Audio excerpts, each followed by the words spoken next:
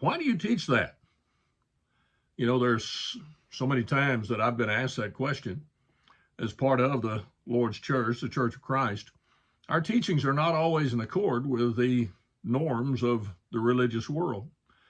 But you think about the questions that are asked. For example, in regards to baptism, people ask, why do you teach baptism is essential? Like it's some puzzle. But if you simply speak as oracles of God, you know it's essential because Jesus commanded it. Matthew 28:18 through 20. Therefore, even if I love him, John 14 and verse 15, I'm going to teach that that's essential. But further, you find in Acts, the second chapter, in verse 38, baptism is stated to be for the remission of sins. You find the Apostle Paul in recounting his conversion. He said in Acts 22 and verse 16 that baptism was to wash away sins. On and on you can go.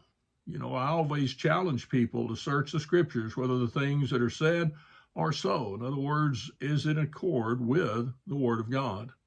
But let's turn the tables a bit. Let's consider some of our denominational friends and the teachings that go on there.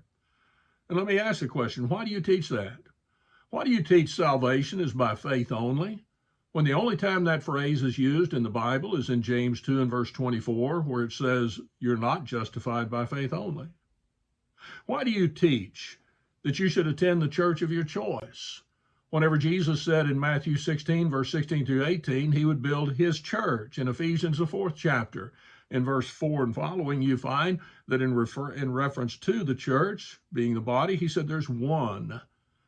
Why do you teach that salvation can be had apart from obedience, whenever it's stated very clearly in Hebrews 5 and verse 9 that Christ is the author of eternal salvation to those who obey him? I mean, on and on you can go. You see, the religious world is divided, not because the word can't be understood. John 8 and verse 32, Jesus is recorded there as saying, you shall know the truth, and the truth shall make you free. So we can know it, but maybe it's because so many people are enamored with what their family teaches, or their religion is always taught, or everybody else believes, instead of being noble and searching the scriptures, whether those things are so. You know, I challenge you. Ask the questions, study the Bible, study the things that we teach, and if you don't find them in the Bible, let me know.